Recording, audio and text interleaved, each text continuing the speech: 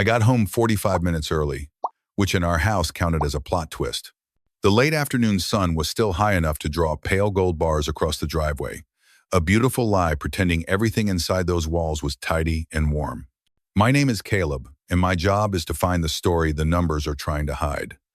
I analyze data for a living, finding anomalies and patterns that betray the truth.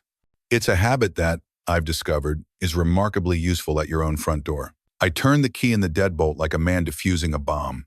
Slow, quiet, deliberate. The house wasn't doing its usual hum. There was no rhythmic churn of the dishwasher, no drone of the television, no background podcast about a serial killer that Clara would start but never finish. Instead, a voice floated from the living room. Then another, and another. It wasn't a television. The rhythm was wrong, too choppy and intimate. It had the breath-sharing tempo of people talking on a speakerphone, forgetting the world has ears. I set my keys into the ceramic bowl by the door, so gently they made no sound.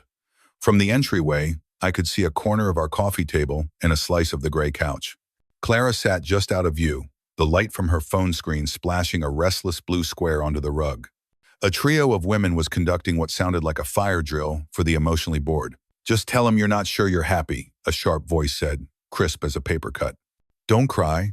Crying ruins the effect. It makes you look weak, not contemplative." That one had the cadence of a woman who had donated at least 2 wedding rings to the resale market and wanted company at the bar. I'd meet her later by name, Sloane. But for the moment, she was just the hiss in gasoline. A second voice, smooth and measured like a YouTube self-help guru bathed in the glow of a ring light, cooed, "You need to start with 'I've been thinking,' and then leave a 3-second pause. 3 full beats. He'll project whatever is already scaring him onto that silence." It's psychology. Arden, I'd later learn, loved the word psychology the way teenagers love the word freedom, loudly and without a manual. The third one laughed. It wasn't just a laugh. It was the helium float of someone who treats life like a never-ending outtake reel. "Oh my God," she squealed. "I wish I could see his face. Please, Clara, just prop the phone somewhere. For research. Piper." Of course it was Piper. And in the middle of it all was Clara's voice, careful and light, as if nothing in her world weighed more than a few ounces. "I don't want to hurt him," she said, which is something people generally say right before they pick up a sledgehammer. "You're not hurting him. You're testing the structural integrity of the relationship," Arden corrected smoothly. I need to know if he'll fight for me," Clara murmured. "And if he doesn't," Sloane cut in, her voice sharp as flint, "then you've got your answer. Men only appreciate a good thing when it's trying to leave." Remember," Arden chimed in, the patient teacher, "no hysterics. Poise. The pause matters." "Seriously, put the phone where we can see," Piper added. "This is like citizen science." You'd think coming home early would be a romantic comedy beat. A surprise, a hug, an unplanned dinner out. Instead, I got a dress rehearsal for the end of my marriage. I stood there in the hall for a full minute, frozen, letting them write my future with bullet points and breathy certainty. I could feel a tiny crack travel across the glass pane, called benefit of the doubt. It was a clean, final sound, audible only to me. Then I did the least cinematic thing in the world. I stepped back silently to the front door, lifted my keys from the bowl, and dropped them back in with a nice, honest clink. The call ended so fast you'd think the phone had burned her hand. "Caleb," Clara's voice, suddenly bright and performative, called out. She popped up from the couch with a smile that was a half-second late to its own party. She walked over, smelling of mint tea and the kind of organic lip balm you have to fish out of a large tote bag. "You're early." "Quarterly call wrapped sooner than expected," I said, leaning in to kiss her temple, acting as though nothing at all was on fire. I let my lips linger for a moment, a silent lie. "How was your day?" "Oh, meetings," she said. "Nothing new." She said it the way you say the weather continues to be weather.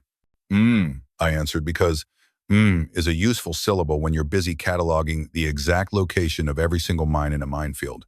I went upstairs to wash my hands. I watched the water bead over my knuckles, the way it does when you've already made a decision and your body is just catching up with the minutes. People imagine fury as a drum solo, a loud, chaotic explosion. Mine wasn't. Mine sounded like a metronome, a steady, relentless beat. This is real. This is real. This is real. Anger, when it's pure, doesn't burn. It clarifies. It files away the unnecessary, leaving only the essential. In my office, there's a map of the Texas Hill Country above my desk, a cheap print we framed years ago to look like we owned taste.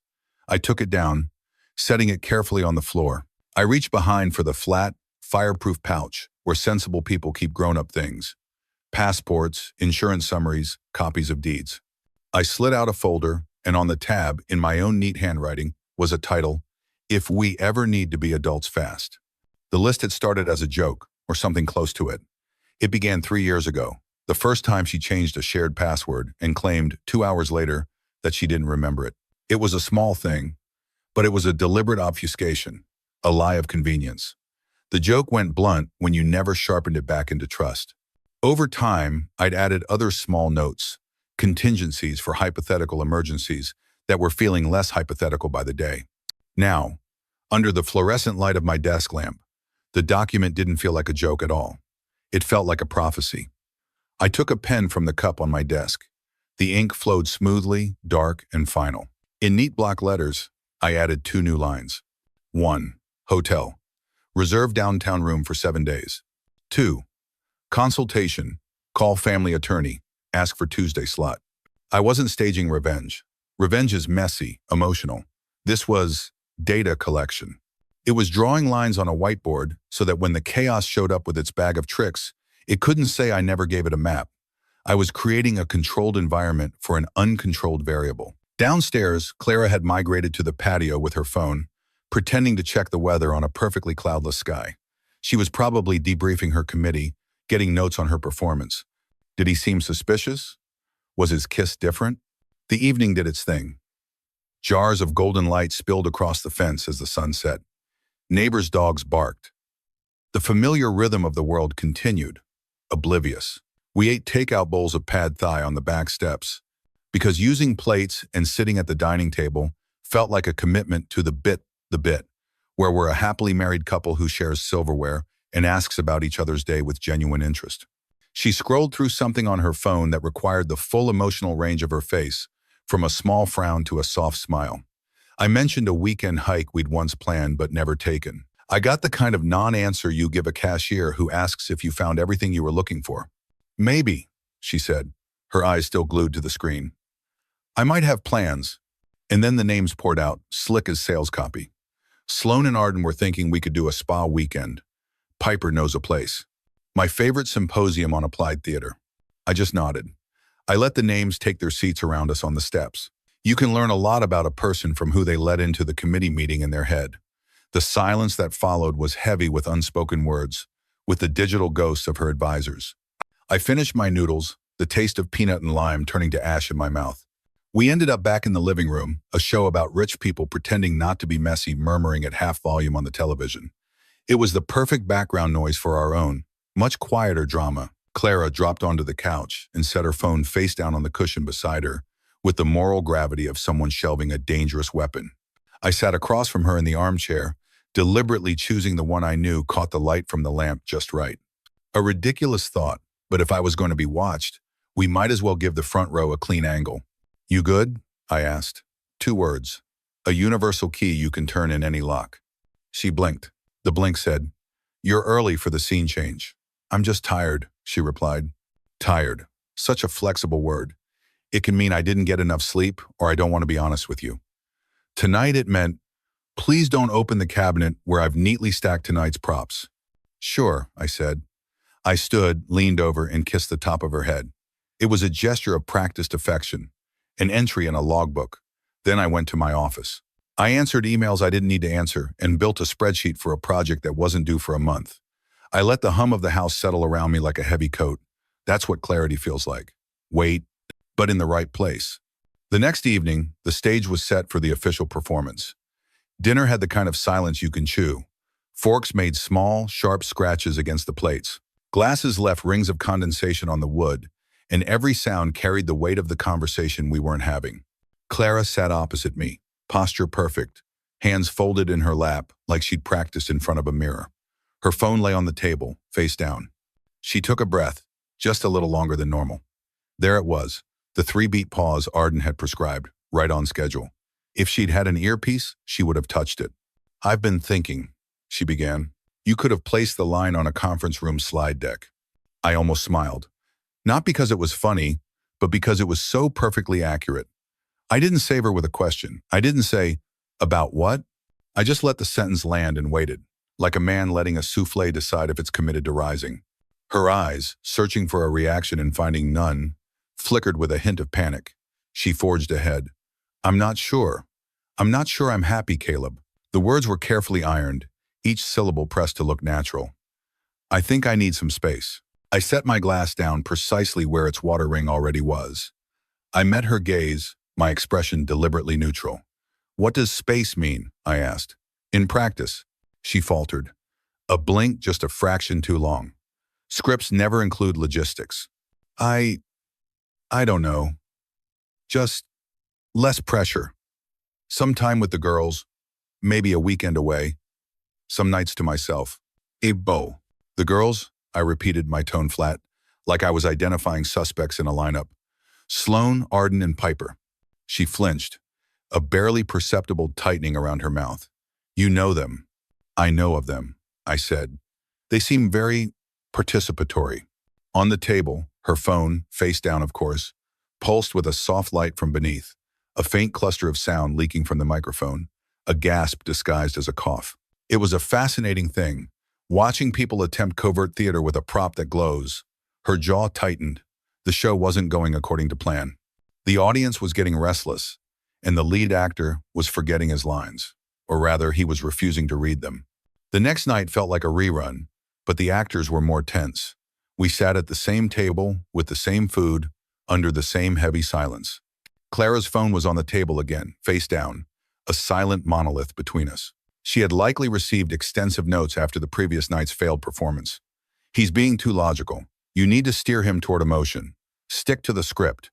I had my own prop. My phone was in my pocket, its recording app silently active since I'd sat down.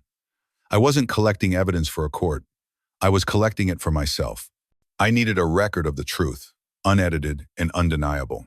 Clara cleared her throat, a sound a little too loud for the quiet room, as if to reset the air. "Caleb, I feel like we didn't really finish our conversation yesterday." "I'm listening," I said, leaning back, folding my arms. A posture of observation. "I've been thinking," she began again, the same opening line. The sheer lack of originality was almost insulting. 3 counts of silence passed. I could practically see the teleprompter scrolling in her pupils. "And I really do feel like I need some space. Maybe a break would be healthy." Healthy. Such a pretty sterile word for distance, like calling a knife sleek. "A break," I repeated. "Yes, to figure things out." Before I could respond, the phone betrayed her. A distinct buzz, followed by a muffled snort from the other side of the digital curtain. Piper, undoubtedly, failing to contain her amusement. That was my cue. I reached across the table, my movement calm and deliberate. I picked up her phone. Clara froze, her hand hovering in midair, as if she could snatch the moment back if she just moved fast enough. It was too late. Without asking for permission, I flipped it face up. 3 names glowed like stage lights. Sloane, Arden, Piper, group call. 4:32. All connected, all listening. I tapped the speaker button. "Evening, ladies," I said. My voice wasn't loud, but it filled the room, cold and sharp. "Since you're already attending this little performance, let's make it official." Ugh. The silence on the other end lasted for a full, stunned heartbeat. Then Sloane broke it, her voice like shattering glass. "Well, someone had to say it. She's not happy. And honestly, Caleb, you sound cold even now. No wonder she doubts you." Ah, Sloane, the high priestess of bitterness. I could almost see the wine glass in her hand. Arden cut in, her tone softer, that faux therapist cadence in full effect. "We're only trying to help her understand what she feels. This isn't about you, Caleb. It's about her finding her own clarity. Every couple needs honesty." "Honesty," I repeated, letting the word hang in the air. "You mean staging a breakup scene for a live studio audience?" Arden stammered, searching for her script. And then Piper, glorious, clueless Piper, giggled, finally unable to contain herself. "Oh my God, Caleb, don't be so mad. This was hilarious. I mean, come on. I just wanted to see your face when she dropped the line." She laughed again, a high-pitched sound like nails on a balloon. I let that sound echo in the room for 5 long seconds before I turned my head slowly to look at my wife. Her cheeks were flushed, a deep, mottled crimson. "Clara," I said, my voice quiet again. "Do you hear this? To them, your marriage isn't a sacred vow. It's a comedy special."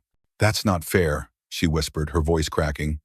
They're just, Just what?" I leaned forward, my voice still low. "Your support group? Your directors? Or your audience?" The speaker crackled, Sloan again, defensive now. "Don't you dare twist this, Caleb. If you showed her a shred of affection, if you weren't so damn detached, she wouldn't need to test you." "Detached?" I echoed, tasting the word. "Yes, because nothing says intimacy like bringing in a 3-woman focus group to evaluate your husband's reactions in real time." "You're being hostile," Arden said, trying to salvage the wreckage. This was meant to empower her. Empower her to do what, Arden? Deceive her husband? Violate her own vows? Ask her friend to record my face when she tells me she's unhappy? I shot back. "Tell me, do you empower your own husband like this, or just other people's?" The pause was telling. Even over a speakerphone, guilt breathes loud. Then Piper, still not getting the memo, chirped, "Okay, but seriously, can we not act like this is some crime? It's just a little test. Lighten up." And I smiled then. A small, dangerous smile that didn't reach my eyes. "You wanted a reaction," I said, looking from the glowing phone to my wife's stricken face. "Here it is. I don't play games. And if you think this is a comedy, I promise you the punchline won't be what you expect." Clara tried to interject, but her voice was a strangled gasp. "Caleb, please, don't do this."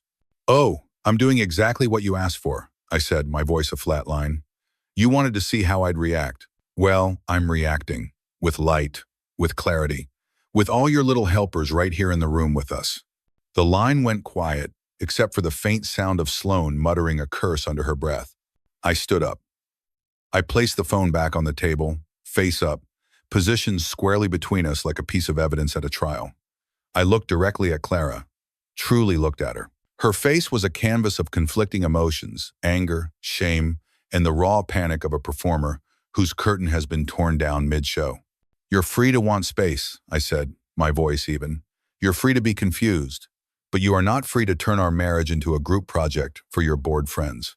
She blinked rapidly, her hands tightening on the napkin in her lap until it tore.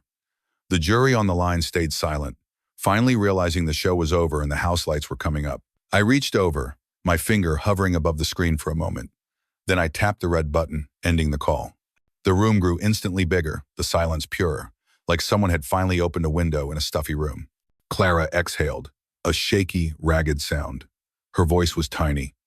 I didn't think—" "No," I cut her off, my patience gone. "You didn't, or maybe you did, and you just thought the humiliation would be entertaining. Either way, now you know." I pushed my chair back from the table, as calm as a man finishing his morning coffee. "You wanted a test? Congratulations. You failed it." And with that, I stood, left my half-eaten plate where it was, and walked out to the patio. I closed the sliding glass door behind me, letting the cool night air wash over me like a verdict. The next morning, I was up before her. The kitchen smelled of coffee, rich and dark. On the polished granite counter, the folder looked starkly out of place in its crispness. If we ever need to be adults fast. I had spent the last few hours of the night making sure every line was in order. Division of assets, bank accounts, a proposed timeline, logic, clarity. When Clara came downstairs, her hair still tangled from sleep, she froze at the sight of it. "What's this?" she asked, her voice already wobbling. "Documents," I said, not looking up from my coffee mug. I slid the folder toward her. "Divorce papers. Everything's filled out. All you need to do is read and sign." Her laugh was too sharp, a defense mechanism more than an expression of humor. "You can't be serious, Caleb. Last night it was a mistake, a stupid stunt. You had your committee." I cut in, my voice devoid of emotion. "Your trial, your performance, that was serious enough for me. Any numwe, I says, any no, says, any no, any no, any no." Her eyes darted from the folder back to my face, pleading, "But we can fix this. Counseling, space, anything. I'll do anything." I finally looked at her, and I felt nothing but a profound sense of distance. Respect doesn't need a rehearsal, Clara. Trust doesn't survive auditions. You don't test a marriage. You either live it or you don't. She pressed her palms flat on the counter, as if she could push the reality of the papers away from her by sheer will. It was just, I wanted to know that you cared. And now you know, I said evenly. I care about my dignity more than I care about being someone's lab rat. Her lip trembled. So that's it? You're ending everything over one mistake? No, Clara, I said, picking up my coffee mug. You ended it when you invited 3 spectators into our marriage. I'm just putting it in writing.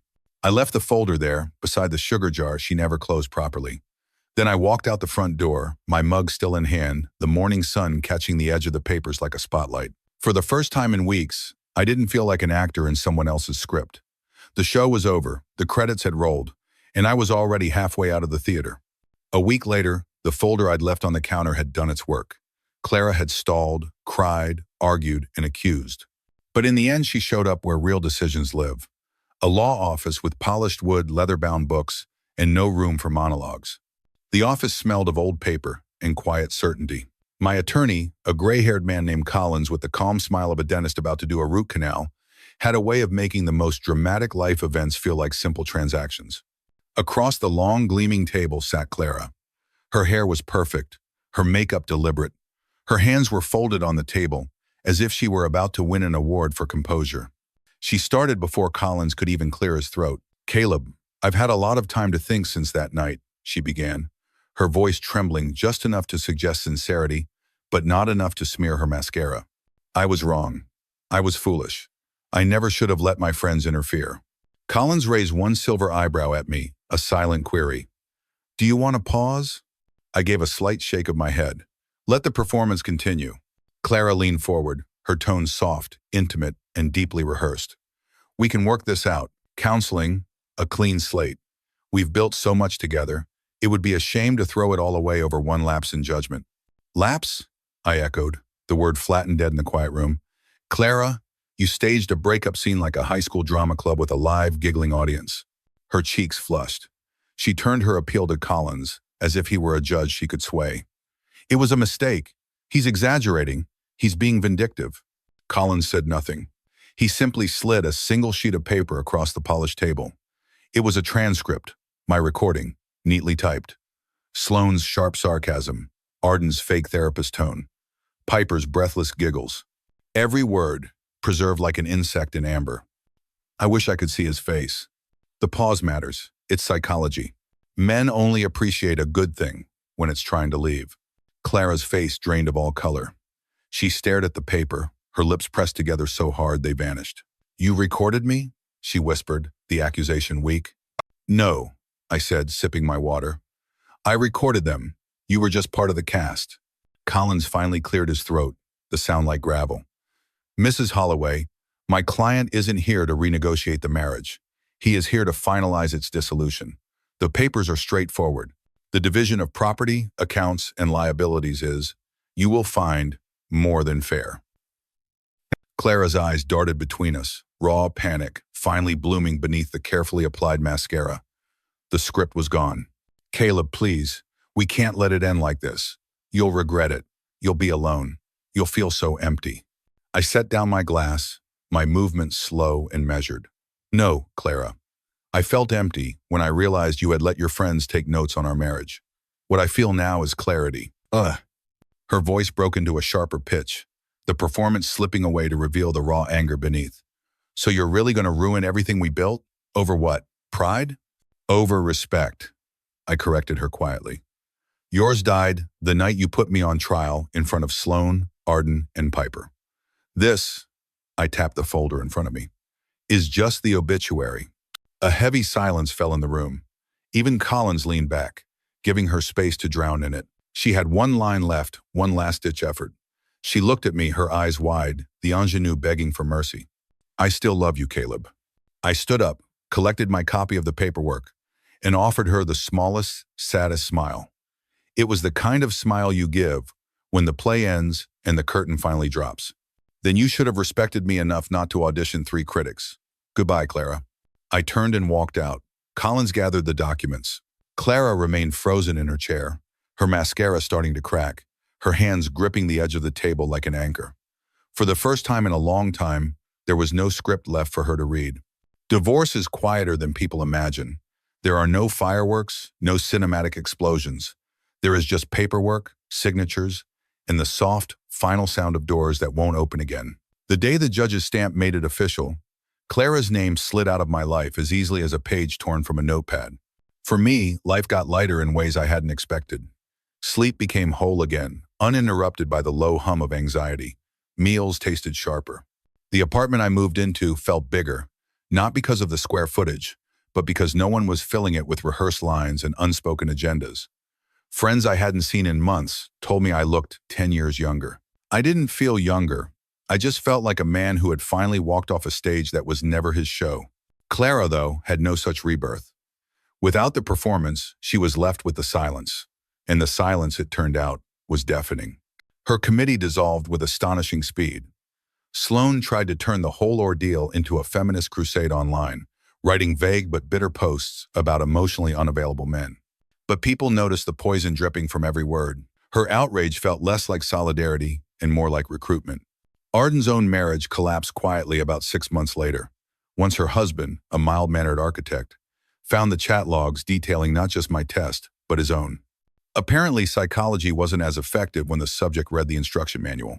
And Piper? She kept posting glittery memes about choosing yourself and living your best life, but now they only gathered pity likes from distant relatives. The high of other people's drama had faded, leaving behind a bland and empty reality. Their loud little council, once so powerful in my dining room, was now just scattered noise, each one reduced to a lonely echo. As for Clara, she stayed in the house for a while, clinging to the rooms that smelled like our old life. Eventually, she sold it. I heard through a mutual acquaintance that she moved into a small condo, downsizing her world. She started showing up at yoga studios and wine nights with strangers, searching for a new cast, a new audience. Maybe she told them the story, a revised version where she was the tragic heroine. Maybe she didn't, but whatever script she wrote, the audience had grown smaller. The stage was darker. I never hated her.